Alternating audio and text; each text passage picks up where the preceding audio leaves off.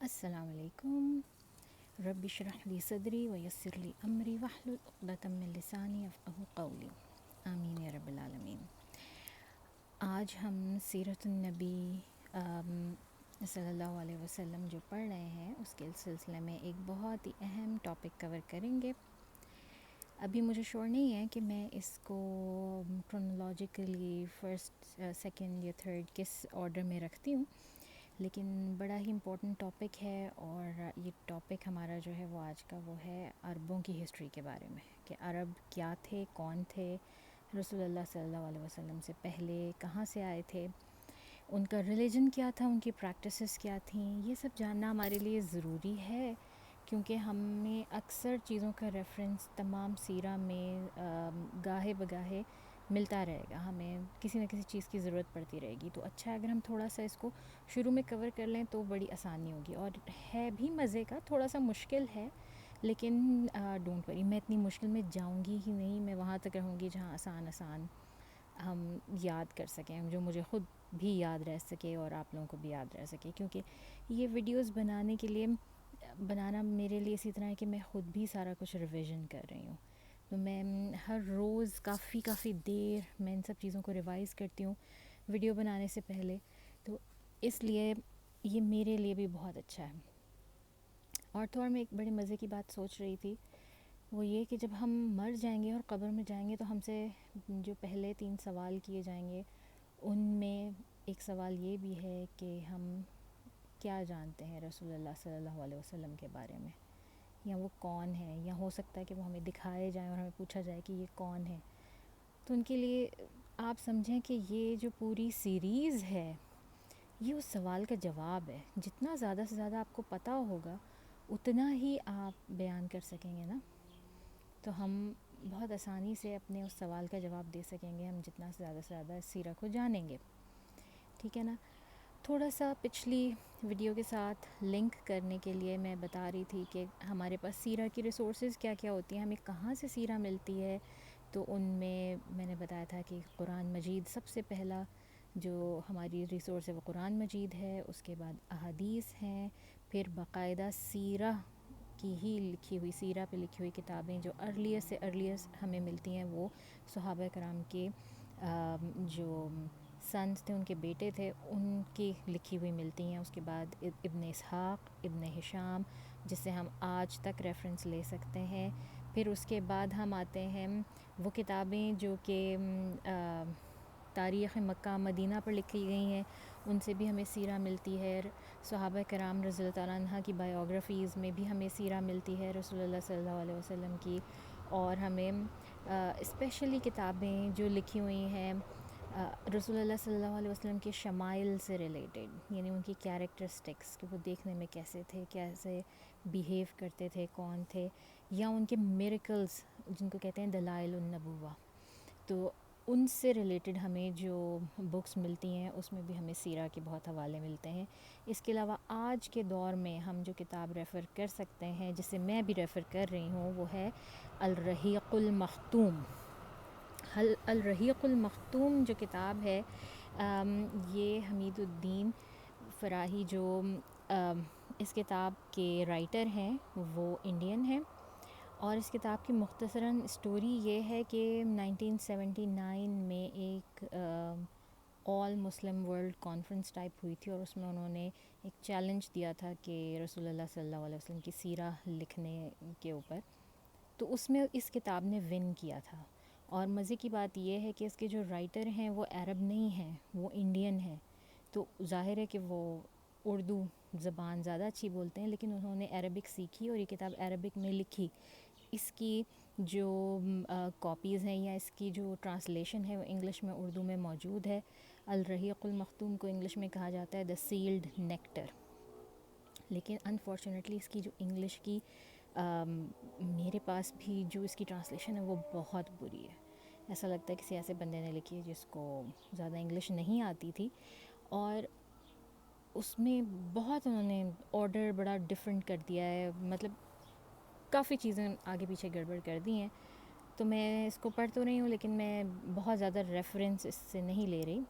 بہرحال اردو ٹرانسلیشن میں یا عربک میں یہ بہت بہترین کتاب ہے. آج کل کی ریفرنس کی آپ کو تقریباً تمام علماء اسی کتاب کا ریفرنس دیں گے کہ اگر آپ نے پڑھنی ہے سیرہ پہ کوئی کتاب کوئک شارٹ ایزی سمرائز تو وہ آپ یہ کتاب پڑھیں. اس کے علاوہ اگر کسی کو بہت ہی ایکسٹریملی گڈ انگلش میں پڑھنی ہے تو پھر مارٹن لنگز کی ایک کتاب ہے جس کا نام ہے دا لائف آف پروفٹ محمد صلی اللہ علیہ وسلم. یہ ایک ریورٹ ہیں اور یہ اصل میں شیکسپیئر کے یعنی کہ انگلش لینگویج کے پروفیسر تھے. تو آپ کہہ سکتے ہیں کہ یہ شیکسپیرین عالم تھے. تو اب ظاہر ہے کہ انہوں نے اسی انداز میں جو ہے رسول اللہ صلی اللہ علیہ وسلم کی جب سیرہ لکھی ہے تو اس سے بہترین کوئی انگلش بک نہیں ہے سیرہ پہ. اچھا جی، تو یہ پچھلی ویڈیو کا تھوڑا ریفرنس ہو گیا. اب ہم آگے شروع کرتے ہیں کہ عرب کون تھے، کہاں سے آئے تھے. آپ اس کو بالکل سٹوری کی طرح لیجئے. میں کوشش کروں گی کہ جتنا انٹرسٹنگلی اس کو بتا سکوں میں آپ کو اسی طرح بتاؤں. تو جناب عرب سب سے پہلے ہم کہہ سکتے ہیں کہ سب سے پہلے جو ہے نا عرب کی دو براڈ کیٹیگرائزیشنز ہیں. ایک ہے عرب البائدہ اور ایک ہے عرب الباقیہ. عرب البائدہ کا مطلب وہ عرب جو کہ ایکسٹنکٹ ہو چکے ہیں، جو کہ اب ایگزسٹ نہیں کرتے. اور اس کی مثال کون سی ہمیں اور کہاں ملتی ہے، اس کے بارے میں ہمیں قرآن مجید بتاتا ہے. اور کون تھے عرب البائدہ؟ وہ تھے عاد، سمود، صالح علیہ السلام کی قوم. یہ سب جو ہیں یہ عرب البائدہ تھے جو کہ اب کمپلیٹلی طور پہ تباہ ہو چکے ہیں، اور اللہ تعالیٰ میں ان کی سٹوریز قرآن میں بتاتے رہتے ہیں کہ یہ کمپلیٹلی تباہ ہو چکے ہیں.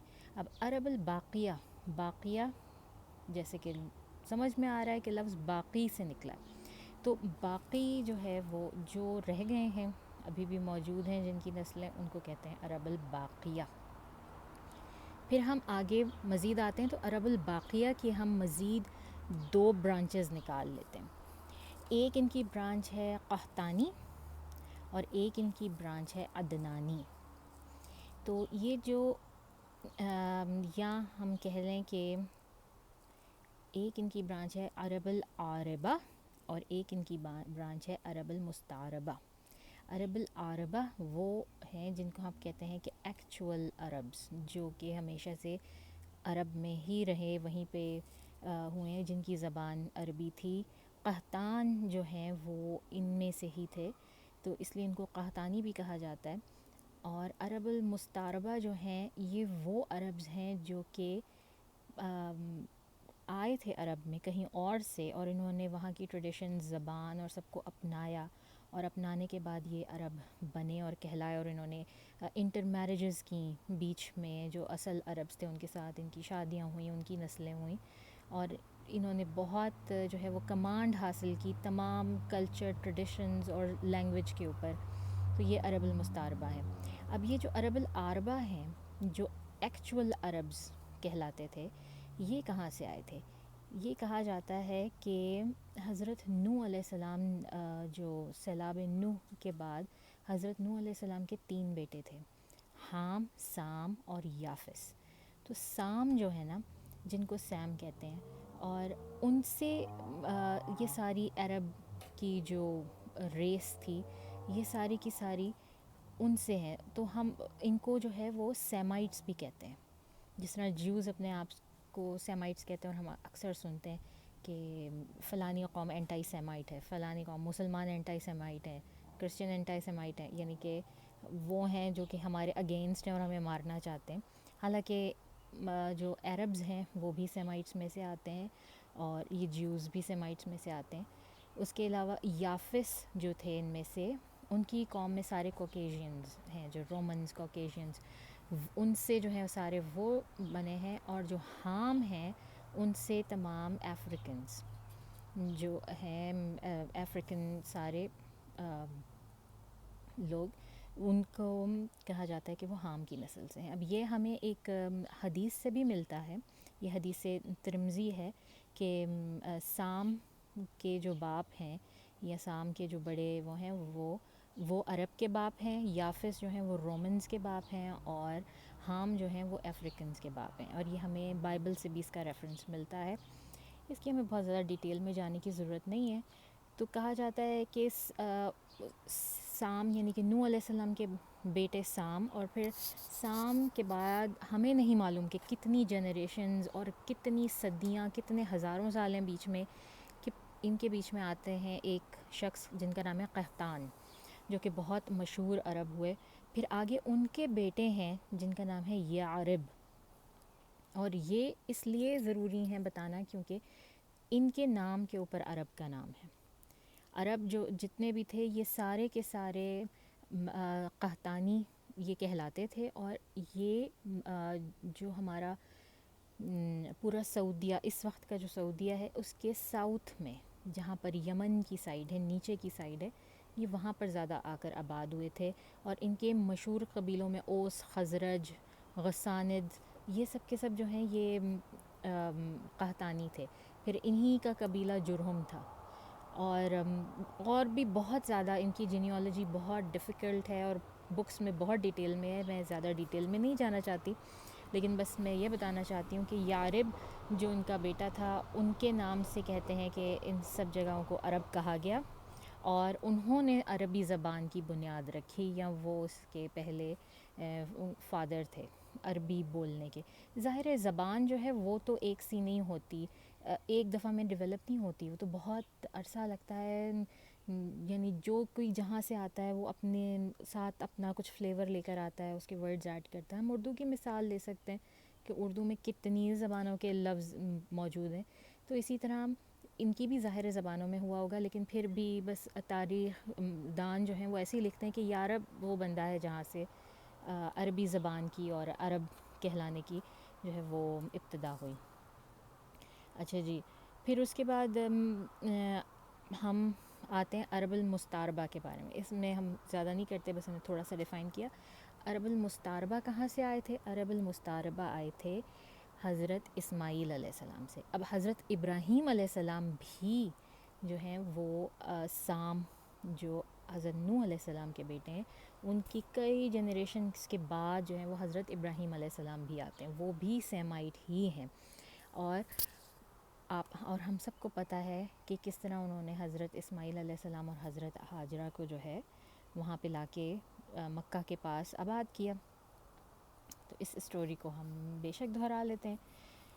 تو ہوا یوں کہ حضرت ابراہیم علیہ السلام اپنی کزن حضرت سارہ کے ساتھ، جو ان کی بیوی بھی تھیں، اپنے گھر سے نکل گئے. وہ عراق میں پیدا ہوئے تھے. حضرت ابراہیم علیہ السلام عراقی تھے، وہ عربی نہیں تھے.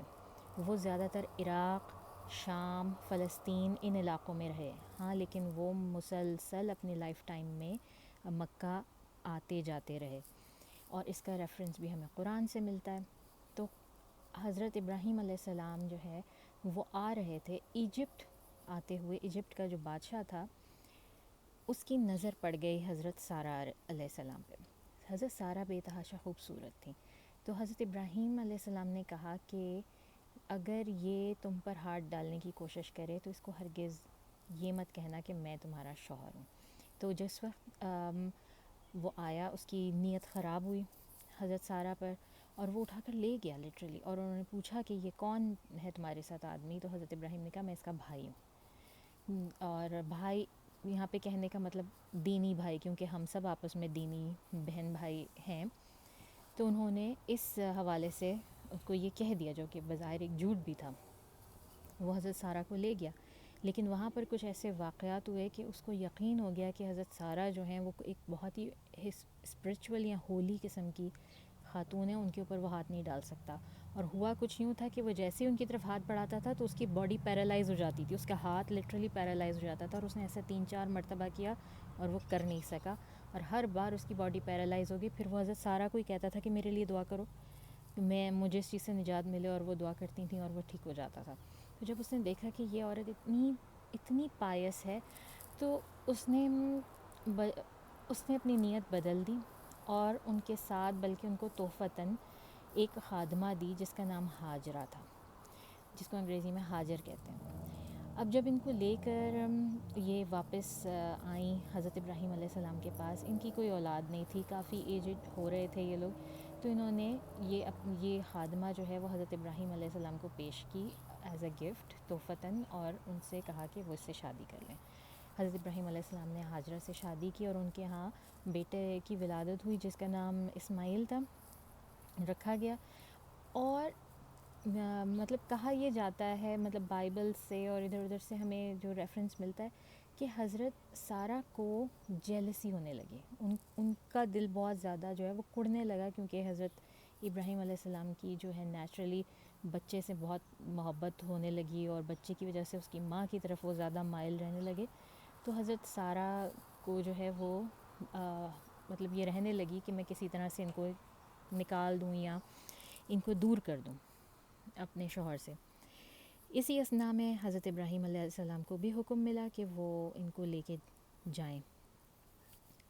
تو حضرت ابراہیم علیہ السلام حضرت سارہ کو اور حضرت اسماعیل علیہ السلام کو لے کر مکہ کی طرف روانہ ہوئے۔ اب جب وہ یہاں پہنچے، مکہ جو ہے اس وقت بھی بالکل زیادہ تر ڈیزرٹ تھا، بیچ میں کہیں کہیں کوئی نخلستان تھا، کوئی علاقہ تھا جو آباد تھا مگر زیادہ تر غیر آباد تھا، کیونکہ لائف بے انتہا مشکل تھی، پانی کا بہت مسئلہ تھا وہاں پہ۔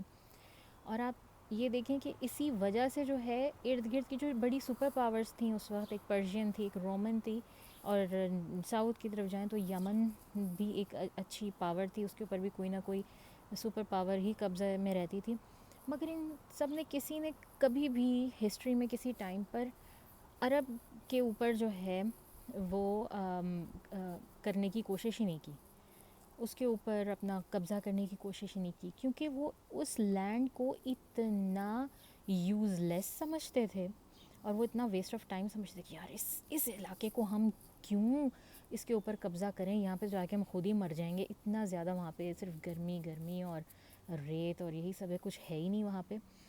اور پھر یہ کہ وہاں پر جو یہ سعودی عرب تھا، اس میں کبھی بھی کوئی ایک حکومت نہیں رہی، کوئی ایک کنگ نہیں رہا یا کسی ایک بندے کی حکومت نہیں رہی، یہ ہمیشہ یہاں پہ قبیلوں میں بٹے ہوئے تھے لوگ، اور ہر قبیلے کا سردار، اس کا اسٹیٹس ایسے ہی ہوتا تھا جیسے کسی کنگ کا اسٹیٹس ہے، لیکن ہر جگہ چھوٹے چھوٹے قبیلے تھے اور ان میں بٹے ہوئے تھے یہ لوگ، تو وہاں پہ کوئی ایک سینٹرل حکومت بھی نہیں تھی۔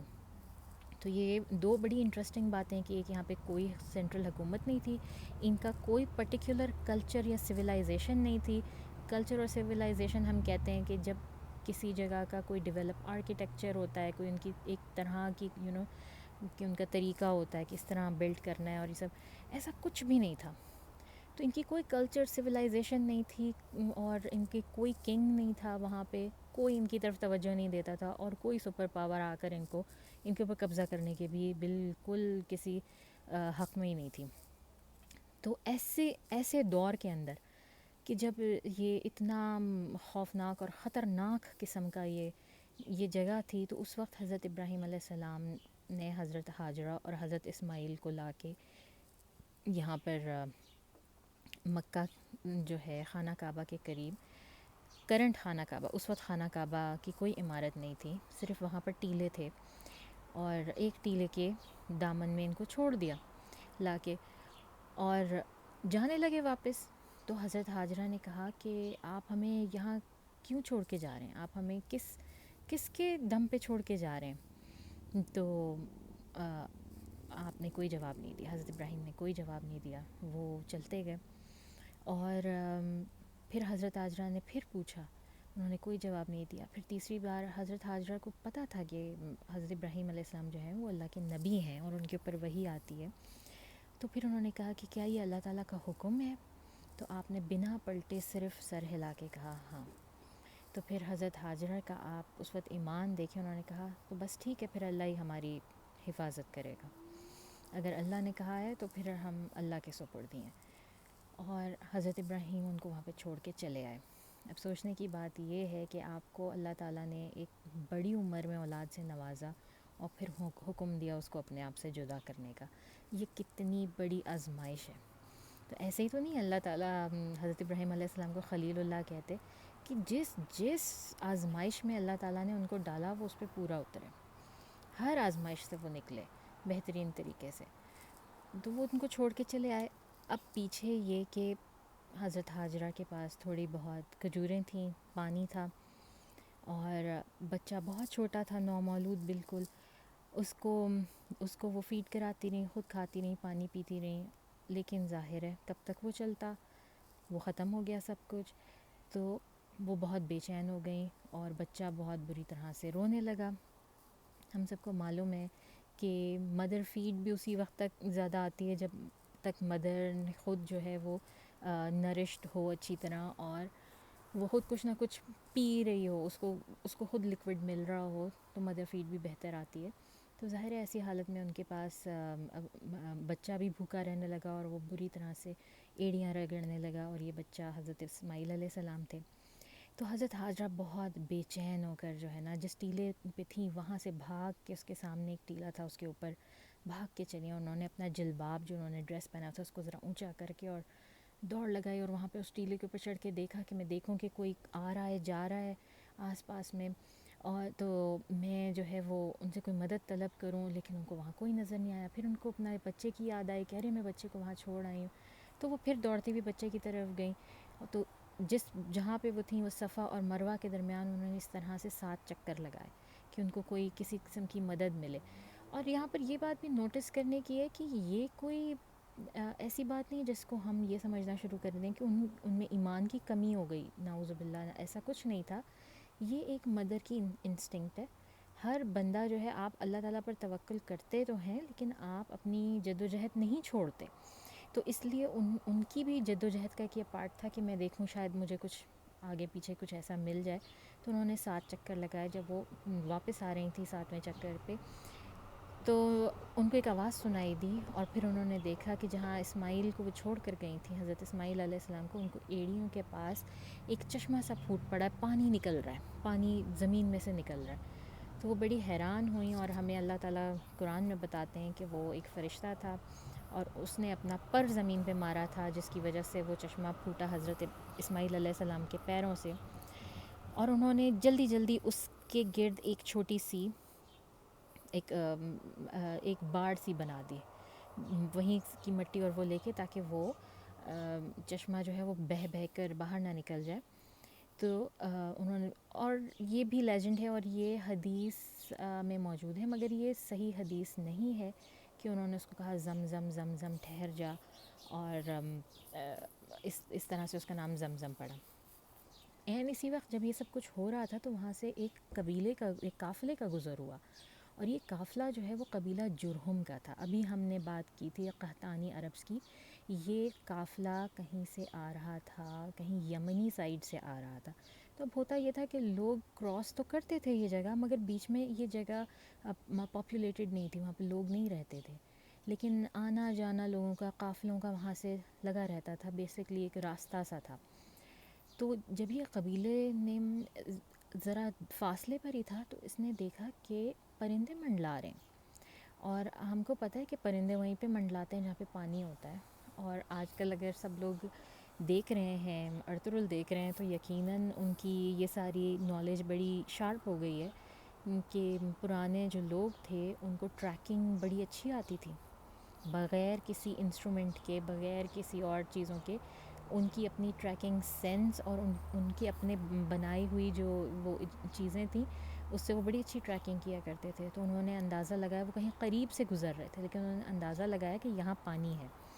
تو وہ وہاں آ گئے، اور انہوں نے اس ماں اور اس بچے کو دیکھا، اور انہوں نے پوچھا اور پانی استعمال کیا، اور پھر انہوں نے فیصلہ کیا کہ وہ یہیں رہ لیں. تو انہوں نے آ کے حضرت حاجرہ سے کہا کہ اگر آپ اجازت دیں تو ہم یہاں پر اپنی بستی بسا لیں، کیونکہ ٹرائبل لوگ ایسے ہی کرتے ہیں، وہ پھرتے رہتے ہیں ادھر سے ادھر، خانہ بدوش جو ہوتے ہیں، اور جہاں ان کو پانی ملتا ہے، جہاں ان کو لگتا ہے کہ یہاں مواقع ہیں کچھ کھانے پینے کی چیزیں حاصل کرنے کے، تو وہ وہاں پر اپنا پڑاؤ ڈال لیتے ہیں. تو انہوں نے بھی ایسے ہی کیا. انہوں نے حضرت حاجرہ سے پوچھا کہ ہم یہاں پر اپنی بستی بسا لیں. حضرت حاجرہ تو ویسے ہی تنہا تھیں، اور ظاہر ہے وہ چاہ رہی تھیں کہ کوئی نہ کوئی آئے. تو انہوں نے اس شرط پر کہ پانی پر ان کا ہی قبضہ رہے گا، ظاہر ہے استعمال سب کریں گے، لیکن ایک اتھارٹی جو ہے وہ پانی کی وہ ان کے پاس ہی رہے گی، باقی یہ لوگ اپنا پڑاؤ ڈال سکتے ہیں. تو یہ قبیلہ جو ہے جرہم کا، یہ آ کے مکہ میں آباد ہو گیا. سارا جو کرنٹ خانہ کعبہ اس کے ارد گرد انہوں نے سب اپنے ڈال لیا. اب حضرت اسماعیل علیہ السلام جو ہیں وہ پلنے بڑھنے لگے، اور ان لوگوں نے بڑی بہترین طریقے سے ان کی بھی پرورش شروع کر دی، اور وہ ذرا بڑے ہوئے تو ایک بار حضرت ابراہیم علیہ السلام واپس آئے، اور انہوں نے دیکھا کہ حضرت اسماعیل علیہ السلام جو ہیں وہ ایک درخت کے نیچے بیٹھے ہیں، کچھ تیر بنا رہے ہیں یا کچھ اس طرح کر رہے ہیں، تو انہوں نے فوراً پہچان لیا، اور انہوں نے آ کے حضرت اسماعیل سے مطلب اپنا تعارف کرایا، اور ان کو پہچان گئے، اور دونوں باپ بیٹے بہت اچھی طرح ملے۔ اور اس کے بعد انہوں نے حضرت ابراہیم علیہ السلام نے ان کو کہا کہ بیٹا میں خواب میں دیکھتا ہوں کہ میں تمہیں جو ہے وہ ذبح کر رہا ہوں، میں تمہاری گردن پہ چھری پھیر رہا ہوں۔ تو جس پہ حضرت اسماعیل علیہ السلام نے بہت ہی فرما برداری سے کہا کہ آپ مجھے صابروں میں پائیں گے، آپ کو جو اللہ نے حکم دیا اسے پورا کیجیے۔ یہ سب باتیں ہمیں قرآن میں ملتی ہیں، سورہ بقرہ میں ہے، سورہ انبیاء میں، کئی سورہ میں ان حضرت ابراہیم علیہ السلام کے قصے آتے ہیں۔ تو یہ سب چیزیں ہمیں قرآن سے بہت بہترین طریقے سے اس کی یہ کہانی ہمیں ملتی ہے۔ اور یہ حضرت ابراہیم علیہ السلام کی دعا تھی، جب انہوں نے جو دعا مانگی تھی اپنے لیے، اپنے بچے کے لیے۔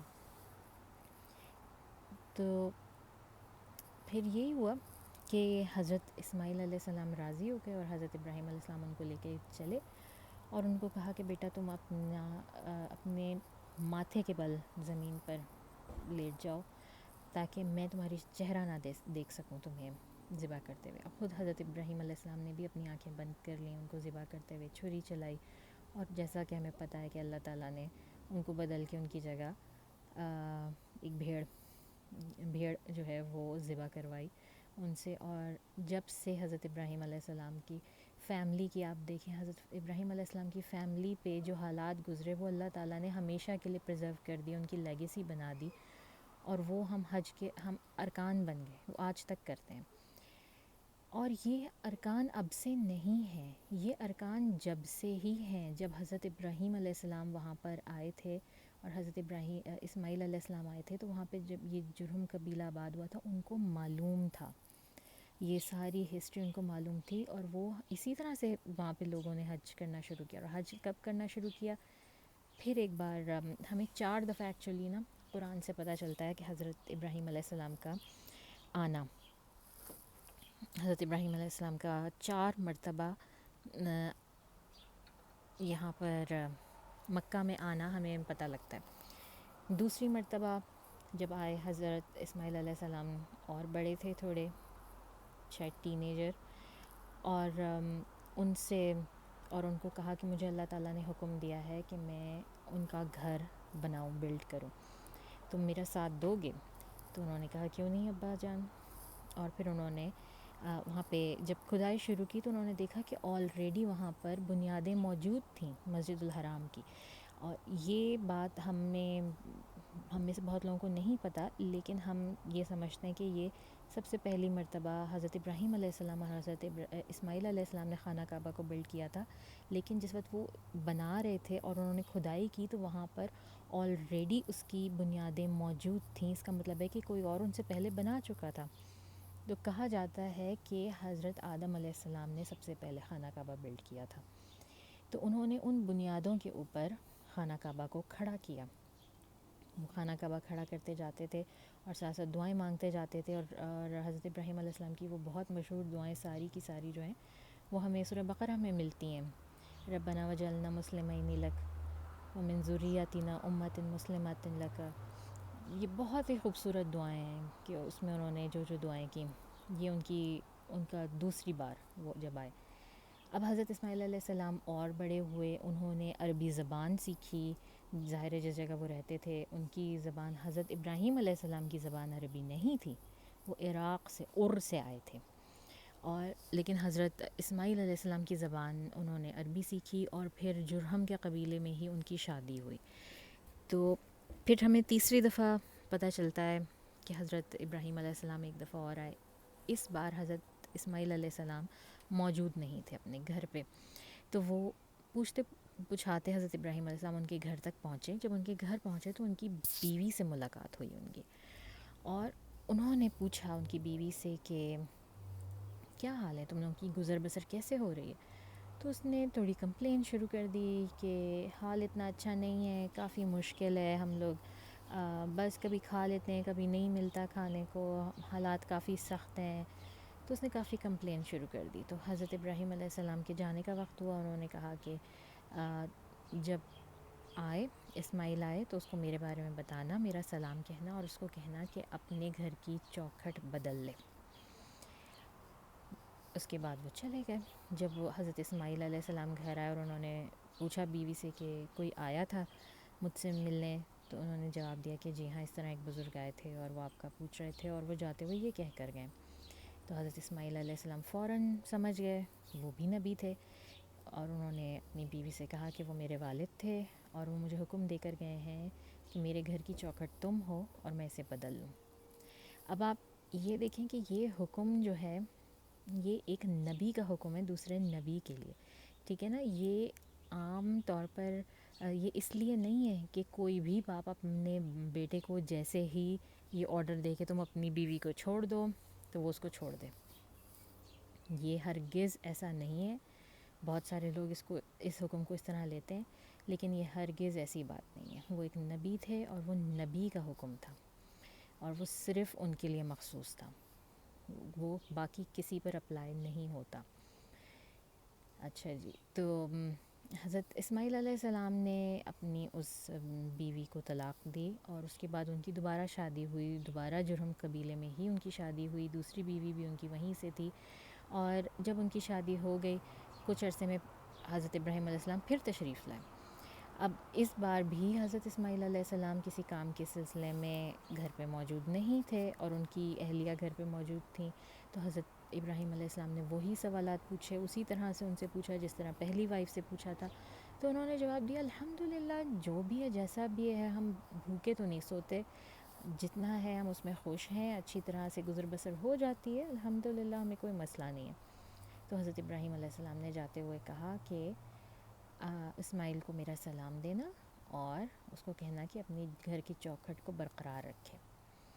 اس طرح پھر حضرت اسماعیل علیہ السلام کی وہ بیوی ان کے ساتھ رہیں اور اس سے ان کی کافی اولادیں ہوئیں، اور وہ اولادیں ان کی تمام عرب میں بلکہ عرب سے باہر بھی پھیلیں.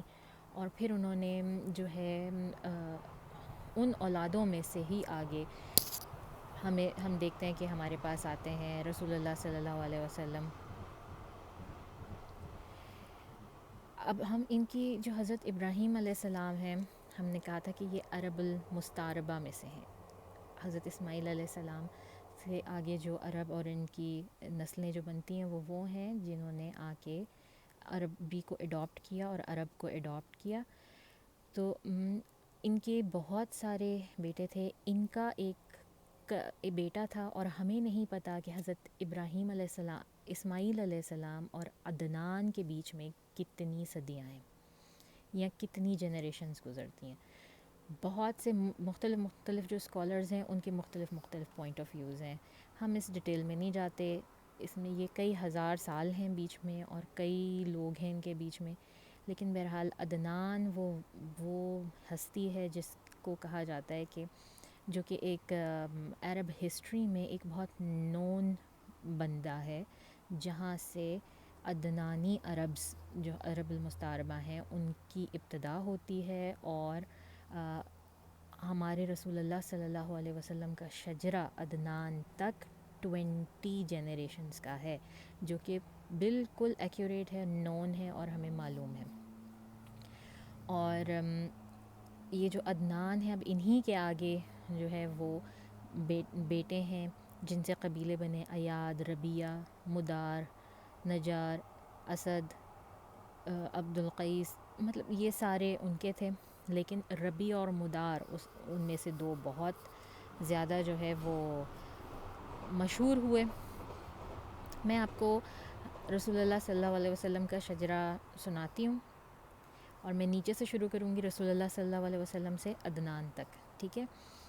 تو رسول اللہ صلی اللہ علیہ وسلم: محمد ابن عبداللہ ابن عبد المطلب ابن ہاشم ابن عبد مناف ابن قصی ابن کلاب، ابن مرہ، ابن الیاس، ابن مدار، ابن غالب، ابن فہر، ابن مالک، ابن نضر، ابن کنانہ، ابن خزیمہ، ابن مدار، ابن نزار، ابن معاذ اور ابن عدنان. یہاں تک جو ہے ہم جاتے ہیں. اب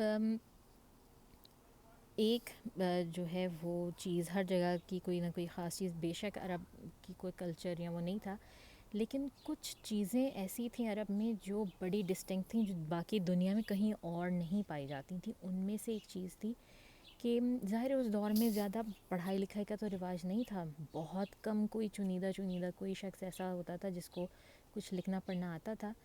لیکن وہاں پر علم الانصاب جسے کہتے ہیں جینیالوجی، علم الانصاب کیا ہوتا ہے؟ آپ کے جو یعنی کہ آپ کس کے بیٹے ہیں، وہ کس کا بیٹا تھا، وہ کس کا بیٹا تھا، یہ جو آپ کی جنریشنز کی جو جینیالوجی جاننے کا جو علم ہے، اس کو بہت اہمیت حاصل تھی. اور جس کسی کو یہ علم تھا اس کو بہت ہی اسکالرلی پرسن سمجھا جاتا تھا، اس کو سمجھا جاتا تھا کہ وہ بہت عاقل مطلب آج کل جس طرح ہم جسے کہہ لیں ہم عالم کہتے ہیں، اسکالرز جن کو ہم کہتے ہیں، تو وہ اس کو اس طرح کا بندہ سمجھا جاتا تھا. تو یہ جو اس لیے عربوں کے بڑی دور دور تک جو ہے نا وہ ہمیں شجرے ملتے ہیں. اور رسول اللہ صلی اللہ علیہ وسلم کی انسسٹری جو ہے نا، اسی لیے اس کو بھی 3 حصوں میں ڈیوائڈ کیا جاتا ہے. جو پہلا ہے جو میں نے بھی آپ کو سنایا ہے، یہ پہلا آپ سمجھیں اس انسسٹری کا پہلا حصہ ہے جس میں 20 جنریشنز ہم جاتے ہیں عدنان تک، رسول اللہ صلی اللہ علیہ وسلم سے عدنان تک. لیکن جو سیکنڈ ہے ان کی، وہ ہمیں لے کے جاتی ہے عدنان سے اسماعیل تک. جی ہاں، ان کے پاس اس کا بھی ریکارڈ موجود ہے، لیکن اس بارے میں کوئی گارنٹی نہیں ہے کہ وہ کتنا ایکیوریٹ ہے. وہ اسماعیل سے عدنان تک کا جو ریکارڈ ہے انہوں نے وہ بھی رکھا ہوا ہے. اور تیسرا جو ہے وہ ہے حضرت اسماعیل علیہ السلام سے حضرت آدم علیہ السلام تک. اس کی تو بالکل ہی ظاہر ہے کوئی شیورٹی نہیں ہے کہ وہ کتنا ٹھیک ہے، اور وہ زیادہ تر ملتا ہے جوش عرب سے. اور کیونکہ جوز کا جو ٹریڈیشن ہے وہ اپنے ٹریڈیشن میں کہتے ہیں کہ دنیا 6000 سال پہلے بنی ہے، تو انہوں نے اس کے حساب سے بڑا ایکیوریٹ رکھا ہوا ہے. بالکل 6000 سال آپ جو ہے پیچھے لے جا سکتے ہیں ان کو، اور وہ حضرت آدم علیہ السلام تک پہنچ جاتے ہیں. لیکن بہرحال اب یہ ایک سائنٹیفک فیکٹ ہے کہ ایسا کچھ نہیں ہے. 30 ہزار سال، 15 ہزار سال پرانے آپ کو جو ہے وہ آرکیولوجیکل فائنڈنگز ہیں. کہیں پہ ہمارے جو انسانوں کی بنائی ہوئی چیزیں نکلتی ہیں، کوئی کیو پینٹنگز نکلتی ہیں، کوئی ان کے اپنے بنائے ہوئے مجسمے یا ان کے اپنے اسکیلیٹنز نکلتے ہیں جگہ جگہ سے، اور ان کو جب کاربن ڈیٹ کیا جاتا ہے تو وہ 15,000 سال، 30,000 سال پرانے نکلتے ہیں. تو بہرحال جیوز کا جو یہ کلیم تھا کہ یہ 6,000 سال پرانی ہے دنیا، اور یعنی انسانوں کا ظہور 6,000 سال پہلے ہوا ہے بس، تو وہ اب غلط ثابت ہو چکا ہے. اچھا جی، ہم اس میں نہیں جاتے، بس ہمارے لیے جو امپورٹنٹ ہے وہ رسول اللہ صلی اللہ علیہ وسلم کی جینیالوجی عدنان تک امپورٹنٹ ہے. اور اس میں بھی اگر ہم صرف شروع کے 6 ایٹ لیسٹ ان کے گرینڈ فادرز کا نام یاد کر لیں تو یہ ہمارے لیے بڑا اچھا ہوگا. ہر مسلمان کو کم از کم اتنا تو پتہ ہونا چاہیے. اور وہ کیا ہے؟ محمد صلی اللہ علیہ وسلم ابن عبداللہ، ابن عبد المطلب، ابن ہاشم، ابن عبد مناف، ابن قصی. یہاں تک ہم کیوں کر رہے ہیں؟ کیونکہ ہم یہ جو 6 ہیں ان کے بارے میں ہم ذرا تھوڑی سی ڈیٹیل میں جائیں گے. ایک اور ایک بہت زبردست ہسٹورین ہیں اور جینیالوجی کے ماسٹر عرب میں گزرے ہیں جن کا نام تھا ابن الکلبی، اور یہ 200 ہجرت کے 200 سال کے اندر جو ہے یہ پیدا ہوئے. یہ لکھتے ہیں کہ عدنان جو تھا وہ حضرت عیسیٰ علیہ السلام کے آنے سے صرف 30 سال پہلے جو ہے وہ عدنان زندہ تھا، یا اس وقت اس کا دور تھا. اور رسول اللہ یعنی کہ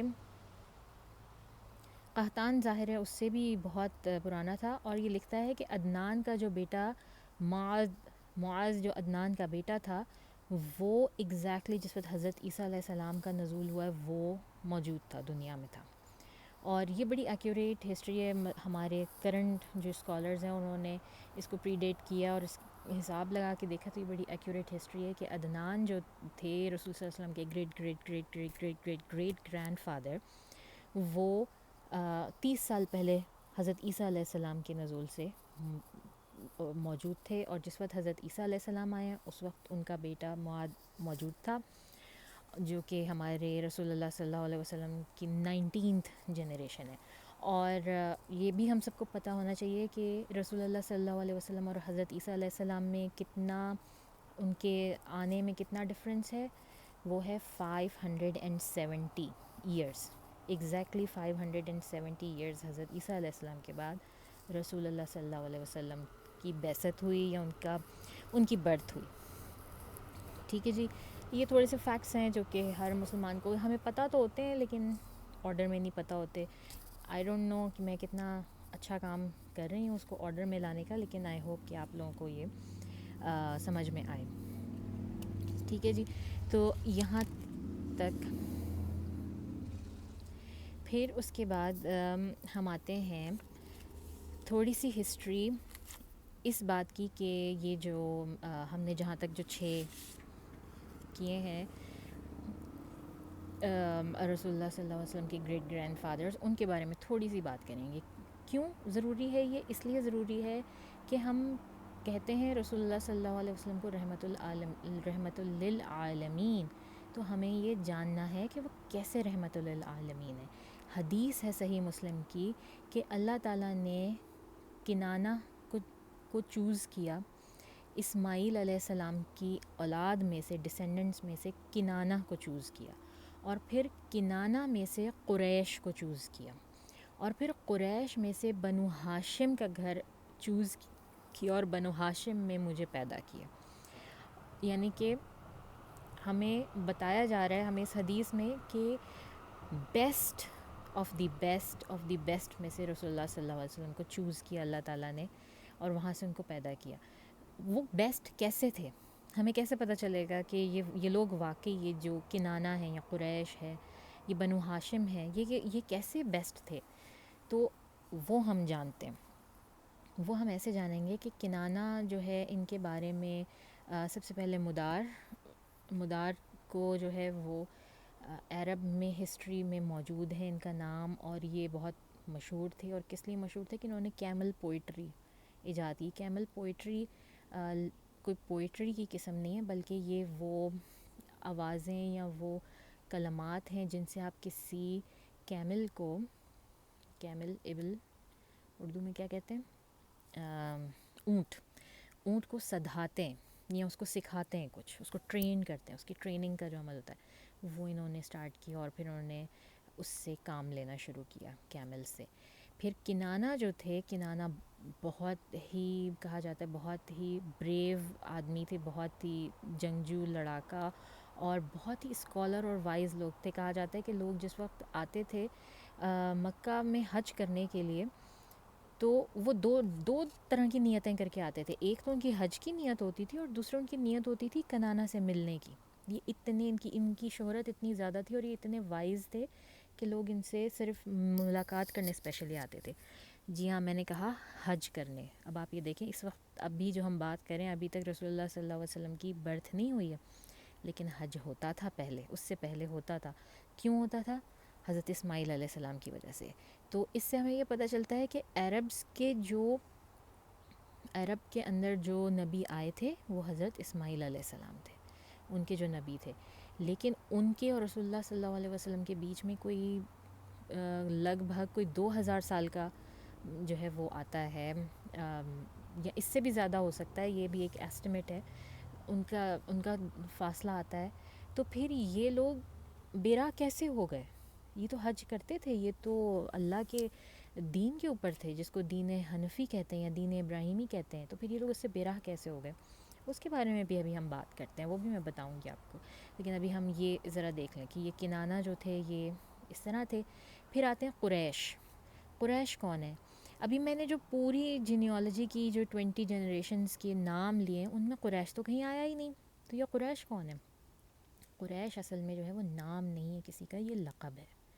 اور لقب ان کو اس طرح سے یہ کہتے ہیں کہ یہ قریش کے معنی جو ہے نا وہ 2-3 ٹریڈیشنز میں ڈفرینٹ ہیں. جس طرح ایک قریش کا مطلب ہے تجارت کرنا، دوسرا ہے کہ تمام قبیلوں کو اکٹھا کرنے والا ایک جگہ پر، اور یا ان قبیلوں کے اوپر قبضہ کرنے والا، ان کو اکٹھا کرنے والا. تو یہ لقب جو ہے یہ جس وقت ہسٹورینز لکھتے ہیں تو وہ کہتے ہیں کہ 3 لوگ ان کی جینیالوجی میں ایسے ہیں کہ جن کو قریش کہا جا سکتا ہے. ایک ہے فہر، دوسرے ہیں ایک فہر ہیں، دوسرے ہیں قصی، اور تیسرے ہیں مدر. لیکن فہر جو ہیں ان کو پھر انہوں نے اس کو کس طرح سے وہ ڈیفائن کرتے ہیں، انہوں نے کہہ دیا کہ ایک ان میں سے پہلے ہیں، ایک بیچ کے ہیں، اور ایک آخری ہیں. انہوں نے تینوں کو قریش بنا دیا. لیکن ہمیں جو زیادہ تر جتنے قریش کے قبیلے ہیں، آپ کو پتہ ہے عشرہ مبشرہ، آپ کو پتہ ہے عشرہ مبشرہ کیا ہوتا ہے؟ عشرہ مبشرہ وہ 10 لوگ ہیں جن کو رسول اللہ صلی اللہ علیہ وسلم نے اپنی زندگی میں، ان کی زندگی میں ان کو جنت کی بشارت دے دی، ان کو بتا دیا کہ آپ جنت میں جائیں گے. وہ 10 کے 10 لوگ قریش میں سے ہیں. اور ان 10 کے 10 لوگوں کی جب پوری جینیالوجی نکالی جاتی ہے نا تو وہ پیچھے جا کے فہر کو ملتی ہے. وہ سب کے سب ان کا کامن لنک جو ہے وہ فہر ہے. تو اس لیے سب سے اسٹرانگ اوپینین یہ ہے کہ فہر ان میں سے جو تھے وہ قریش تھے. بہرحال جو بھی تھے ان میں سے قریش، یہ جو قریش قبیلہ تھا، قریش تھا، اس نے بہرحال ان سارے جو یہ قبیلے تھے ان کو اکٹھا کیا وہاں پہ. پھر اس کے بعد آتے ہیں قصی. قصی جو مائنر قریش بھی تھے، چھوٹے والے قریش ان کو کہا جاتا ہے. ان کے بارے میں بڑی مطلب ان کی مطلب بیسکلی میں بتانا یہ چاہ رہی ہوں کہ حضور اکرم صلی اللہ علیہ وسلم کے یہ جو انسسٹرز بھی تھے نا، یہ سب کے سب بڑے ویل نون لوگ تھے. انہوں نے کچھ نہ کچھ ہسٹری میں ایسا زبردست کیا ہوا تھا کہ ان کو پورا عرب جانتا تھا، آج تک جانتا ہے.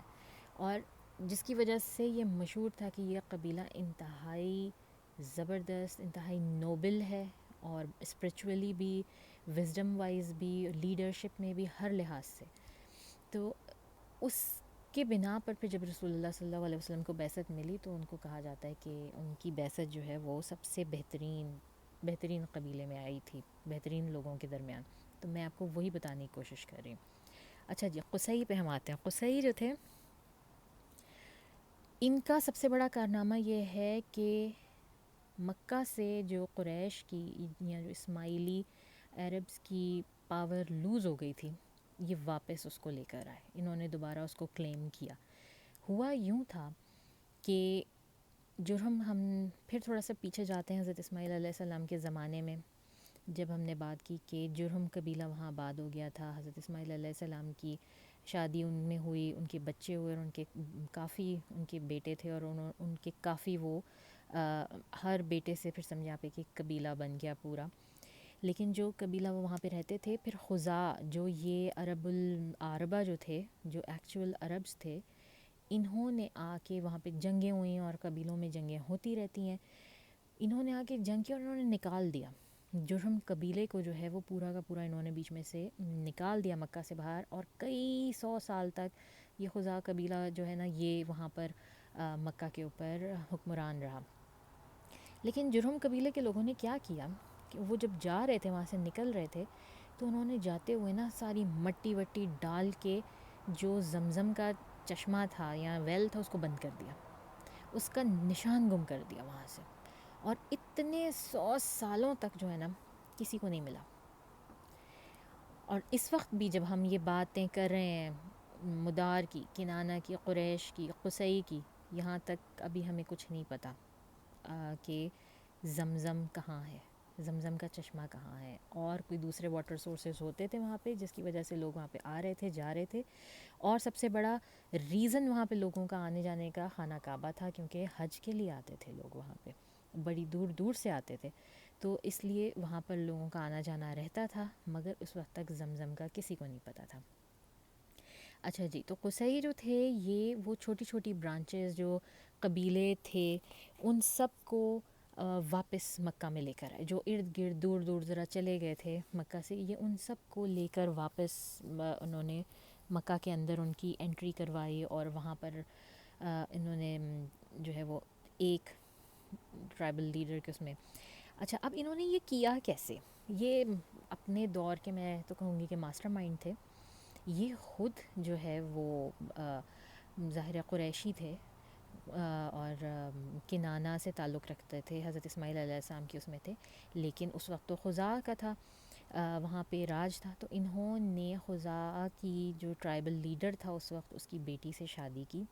ان کے اپنے بیٹے بھی تھے، بیٹیاں بھی تھیں، لیکن انہوں نے اپنے آپ اپنا لوہا اتنا زبردست منوایا لٹرلی کہ وہاں پہ جسے کہتے ہیں نا وہ آئرز جو ہوتے ہیں کہ جی میرا بیٹا جو ہے وہ اگلا لیڈر بنے گا، ان کے ہوتے ہوئے ان سب کو پچھاڑا اپنی وزڈم کے بل پر، اور یہ خود ٹرائبل لیڈر بنے. اور پھر جب یہ بنے، انہوں نے آہستہ آہستہ خزاع قبیلے کو باہر نکالا وہاں سے، اور سارے کے سارے یہ جو قریشی قبیلے تھے کنانہ کے، حضرت اسماعیل علیہ السلام کے جو ڈسینڈنٹس تھے، ان کو واپس یہ لے کر آئے مکہ کے اندر.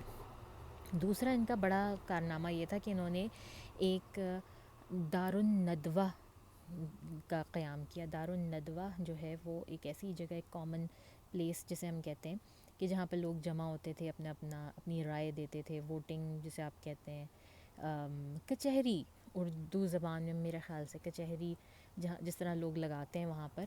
تو وہ انہوں نے ایک پراپر ایک اس کی بنیاد رکھی کہ ایک پراپر ایک بلڈنگ سی بنا دی، یا ایک جگہ کو مختص کر دیا کہ اس کو دارالندوہ کہہ دیا، کہ وہاں پہ لوگ آ کے بیٹھتے تھے اور اپنا اوپینین دیتے تھے، اور حالات حاضرہ ڈسکس ہوتے تھے، اور جو ان کے پولیٹیکل مسائل ہیں اس کو ڈسکس کرتے تھے، اس کا حل نکالتے تھے.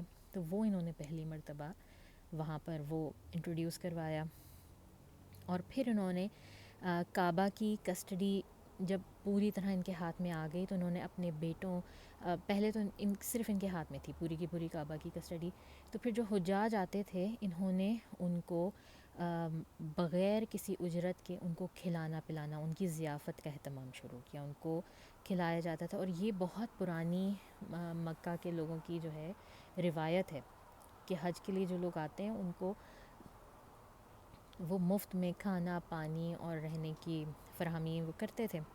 تو انہوں نے وہ سب کیا، اور پھر ان کے بعد وہ جو رسپانسبلٹی تھی کہ آگ جلانے کی رسپانسبلٹی، پانی پلانے کی، کھانا کھلانے کی، چھت فراہم کرنے کی، وہ پھر ان کے بیٹوں کے اوپر وہ ڈسٹریبیوٹ ہو گئیں. سب نے الگ الگ جو ہیں وہ ڈسٹریبیوٹ کر لیں. اس سے پہلے جو خزاع قبیلہ تھا انہوں نے بہت سختیاں شروع کر دی تھیں، بلکہ جو آنے والے حجاج تھے انہوں نے ان کو لوٹنا شروع کر دیا تھا. وہ لٹرلی پائرٹس بن گئے تھے. انہوں نے لوٹنا شروع کر دیا تھا. وہ ضیافت تو دور کی بات، ان کے ساتھ بہت برا سلوک کرتے تھے. ان کے اوپر ٹیکس لگا دیا تھا انہوں نے کہ یہاں پر آؤ گے تو تمہیں پیسے دینے پڑیں گے، اور یہ کرنا پڑے گا، وہ کرنا پڑے گا. تو وہ سب قصی نے آ کے ختم کیا. تو یہ ان کے بڑے کارنامے تھے جو سب بہت جانتے تھے. اب آگے ان میں پھر جو ہے نا قصی کے بعد خزاع، اور قصی کے بعد آتے ہیں ان کے بیٹے عبد المناف. اور بھی ان کے بیٹے تھے، لیکن عبد المناف ان کے بہت قریبی، دل سے قریب، اور جسے کہتے ہیں بہترین کوئی نہ کوئی بچوں میں ہوتا ہے جس میں آپ کو نظر آتا ہے کہ ہاں اس میں وہ چیزیں ہیں جو میں چاہتا ہوں کہ میرے بچے میں ہوں، جو کرے، پھر وہ بچہ آپ سے قریب ہو جاتا ہے. تو عبد المناف اسی طرح کے جو ہیں وہ ان کے بیٹے تھے. عبد المناف کے بیٹے تھے ہاشم. اور ہاشم بھی جو ہے نا یہ ان کا اصلی نام نہیں ہے. جس طرح قریش نام نہیں ہے، لقب ہے، اسی طرح ہاشم بھی لقب ہے. اور ہاشم کا مطلب ہوتا ہے گرائنڈ کر کے پیس کے ملانے والا. اور یہ سننے میں شاید آپ کو عجیب لگ رہا ہو، لیکن ان کی بھی سٹوری ہے. ان کا اصل نام تھا عمر. جس طرح بہت مشہور نام ہے. عربز کا. تو عمر ان کا اصل نام تھا. تو ان کی اسٹوری یہ کہ یہ اتنے دریا دل تھے اور اتنے بہترین مہمان نواز تھے کہ کوئی بھی آتا تھا تو یہ اس کو کھانے میں روٹی توڑ کے سالن میں ملا کے وہ کھلاتے تھے، جو کہ اس وقت کا بہترین کھانا سمجھا جاتا تھا کہ گوشت کا سالن اور اس کے اندر روٹی توڑ کے ملا کے آپ اس کو کھلائیں. اور ان کے دسترخوان پہ کبھی یہ تنہا نہیں ہوتے تھے، ان کے ساتھ ہمیشہ بہت لوگ ہوتے تھے. اور یہ تمام حجاج کو جو آتے تھے وہاں پر، ان کو سب کو یہ اس طرح سے کھلایا پلایا کرتے تھے. تو ان کا اصل نام عمر تھا. عبد المناف کے بارے میں ہمارے پاس بہت کچھ ڈیٹیلز نہیں ہے، یا میرے پاس نہیں ہے، میں ان کو نہیں شیئر کر رہی. اگر آپ چاہو تو بکس میں پڑھ سکتے ہو. لیکن میں ہاشم کے بارے میں، جو عمر جن کا نام تھا، ان کے بارے میں تھوڑا اور ڈیٹیل میں بات کروں گی. اچھا جی، تو اب انہوں نے کیا کیا؟ ان کا سب سے بڑا کارنامہ یہ تھا کہ انہوں نے دیکھا کہ ہمارے پاس تو لوگ آتے ہیں، مطلب ساؤتھ سے بھی آتے ہیں، نارتھ سے بھی آتے ہیں، ایسٹ سے بھی آتے ہیں، ویسٹ سے بھی آتے ہیں. جس کو پتہ ہے، جو ابراہیم علیہ السلام کو جانتا تھا، وہ سب وہاں آتے ہیں، اللہ تعالیٰ کے گھر پہ طواف کرتے ہیں اور ان کو حج کرنے آتے ہیں. تو کیوں نہ ہم اس چیز کو تجارت کا بھی بہانہ بنائیں، اس سے ہم فائدہ بھی اٹھائیں. کیونکہ وہاں پہ جو مکہ کے لوگ تھے، وہاں پہ غربت بہت زیادہ تھی. نہ وہاں پہ کچھ اگتا ہے، نہ وہاں پہ کچھ آپ مطلب کوئی ایسی وہ لوگ چیز کوئی ایسی پروڈیوس نہیں کرتے جس سے کہ وہ کچھ کماتے. ان کا بس گزر بسر جو ہے وہ ان کے کیٹل اینیملز کے اوپر، جو ان کے تھوڑے بہت مویشی تھے اس پہ، یا یہ لوگ جو آتے جاتے تھے لوگ، وہ ان کو بیچ جاتے تھے چیزیں یا خرید لیتے تھے، اس سے ہوتا تھا. تو یہ جو ہاشم تھے، یہ پہلے سردار تھے قریش میں جنہوں نے یہ باقاعدہ ٹریڈ روٹس، جیسے سلک روٹ ہم کہتے ہیں، وہ انہوں نے انٹروڈیوس کرایا. اور وہ کیا تھا کہ گرمیوں کے دنوں میں اوپر کی طرف، نارتھ کی طرف جاتے تھے. کہاں جاتے تھے یہ لوگ؟ بوزرا. بصرہ نہیں ہے. بوزرا جو ہے وہ پرانے دور میں ایک بہت ہی زبردست قسم کا ایک شہر تھا، جو کہ تبوک کے تھوڑا سا پاس میں تھا. یعنی کہ آپ سمجھیں کہ رومن جو سویلائزیشن، اس میں انٹر ہونے کا جو دروازہ تھا، وہ سٹی تھا. اور وہاں پہ ہر طرف سے جو ہے وہ قافلے آتے تھے تجارت کے لیے. تو انہوں نے وہاں پہ گرمیوں میں وہاں جاتے تھے اوپر کی طرف، اور سردیوں میں یہ جاتے تھے نیچے کی طرف یمن میں ان کی. اور اس کا ریفرنس ہمیں کہاں سے ملتا ہے؟ اس کا ریفرنس ہمیں ملتا ہے سورہ قریش سے. لإلاف قریش ایلافہم رحلۃ الشتاء والصیف فلیعبدوا رب ھذا البیت الذی اطعمہم من جوع وآمنہم من خوف. اللہ تعالیٰ ہمیں بتا رہے ہیں سورہ میں کہ یہ جو ٹریڈ روٹس بھی تم لوگوں کے تھے، یہ آئیڈیا تمہارا اپنا ایک دم سے ٹپک نہیں پڑا تھا کہیں سے. یہ بھی ہم نے ہی تمہیں پرووائڈ کیے تھے کہ تم لوگ اس طرح کرو. جب تم لوگ مر رہے تھے بھوک سے، برا حال تھا، تو اس وقت جو ہے یہ ٹریڈ روٹس ہم نے تمہیں دکھائے، سکھائے. اور پھر جو ہے اتنا فلورش ہوئے اس سے، یہ انتہائی جسے کہتے ہیں نا کہ امیر ترین آدمی ہو گئے. ہاشم جو ہیں وہ اپنے قبیلے کے امیر ترین آدمی ہو گئے. یہ وہاں سے اپنا مرچنڈائز لے کر جاتے تھے، وہاں سے اور لے کر آتے تھے، اور پھر حج کے دنوں میں وہ بیچا جاتا تھا. تو بہت اس طرح سے کرتے کرتے انہوں نے بہت زیادہ دولت کمائی. اب ظاہر ہے جس وقت انسان کے پاس دولت آتی ہے، پیسہ آتا ہے، پاور آتی ہے، تو اس کے بہت سارے حاسد بھی پیدا ہو جاتے ہیں. اور زیادہ تر وہ حاسد اپنے بہت قریبی لوگوں میں ہو جاتے ہیں. بہت قریبی، بہت تکلیف دہ بات ہوتی ہے، لیکن آپ کے جو جتنے قریبی ہوتے ہیں بعض اوقات وہ آپ کے اتنے ہی بڑے حاسد ہوتے ہیں. تو ان کے بھی بھائی تھے عبد الشمس، جو ان کے کافی ان سے حسد کرنے لگے، اور ان میں بہت رائولری شروع ہو گئی. ان کا بیٹا تھا امیہ بن عبد الشمس، جو کہ بہت زیادہ ان کے خلاف تھا اور ان کا رائول بن گیا. اور پھر یہ رائولری بہت دور تک چلتی ہے. ہم دیکھتے ہیں ہسٹری میں امیدز کے ساتھ جو ہے وہ قریشیوں کی رائولری اور ان کی لڑائیاں مسلسل چلتی ہیں. ہر بات میں یہ ایک دوسرے کے، جسے کہتے ہیں نا، آمنے سامنے برابر مقابلے پر جو ہے وہ یہ ہر کام کرتے تھے وہاں پر. تو یہ بڑی بات تک چلتی ہے. اس وجہ سے ان چیزوں کا ذکر ابھی ہو رہا ہے کیونکہ یہ بعد میں آنی ہے، تو ان کا تھوڑا سا ریفرنس آپ کو پتہ ہوگا. پھر جو ہاشم تھے انہوں نے بہت ساری شادیاں کی تھیں، اور یہ عرب کا ایک بہت ہی عام رواج تھا کہ ہر شخص کی جتنی وہ چاہتا تھا وہ شادیاں کرتا تھا. اس کی ملٹیپل وائفز ہوتی تھیں، انکاؤنٹیبل ہوتی تھیں. یہ تو اسلام تھا جس نے آ کے ان پہ پابندی لگائی کہ نہیں بس 4، اس سے زیادہ نہیں. لیکن اس سے پہلے بہت بہت وائفز ہوتی تھیں. تو یہ جو ہاشم تھے یہ ان کی بہت ساری وائفز تھیں، اور ان کی بیگمات میں سے ایک بیگم جو تھی وہ تھی یثرب میں سے. یثرب کیا ہے؟ کرنٹلی ہم اس کو جانتے ہیں مدینہ سے. اور یہ بھی محض اتفاق نہیں تھا، یہ اللہ تعالیٰ کی پلاننگ تھی کہ اللہ تعالیٰ نے جس جگہ جس سٹی میں رسول اللہ صلی اللہ علیہ وسلم کو بھیجنا تھا ہجرت کروا کے، اس سٹی سے بھی ان کا کوئی نہ کوئی ریلیشن تھا. ان کی گرینڈ مدر ایک جو تھیں وہ یہاں سے بلانگ کرتی تھیں. تو اس وجہ سے ان کے جو ہے وہ ان کی ایک وائف وہاں سے تھی. میرا خیال ہے کہ ہم یہاں پر اس ویڈیو کو ختم کرتے ہیں. یہ ایک چھوٹے سے اینکر کے ساتھ میں اس ویڈیو کو ختم کر رہی ہوں تاکہ آپ کو نا تھوڑی سی کیوروسٹی رہے کہ اچھا اس کے بعد کیا ہوتا ہے.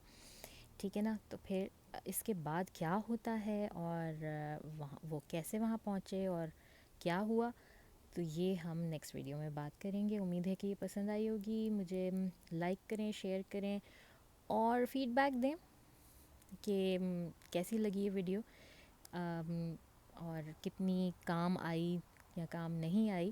اور اپنے گھر کے بڑے بوڑھوں کے ساتھ، بچوں کے ساتھ شیئر کریں، جو بھی سننا چاہے، انٹرسٹ لے اور جس کو سمجھ میں آئے. میں اپنی طرف سے تو کوشش کرتی ہوں کہ آسان ترین الفاظ استعمال کروں کہ بچے بھی سمجھیں سارے کے سارے، کیونکہ مشکل الفاظ میں تو آپ کو مل ہی جاتی ہے ہر جگہ. تو خیر میں تو بس اس ویڈیو کو ختم کرتے ہیں اور ویٹ کریں اگلی ویڈیو کا، اور دیکھیں پھر ہم اس کو یہیں سے شروع کریں گے.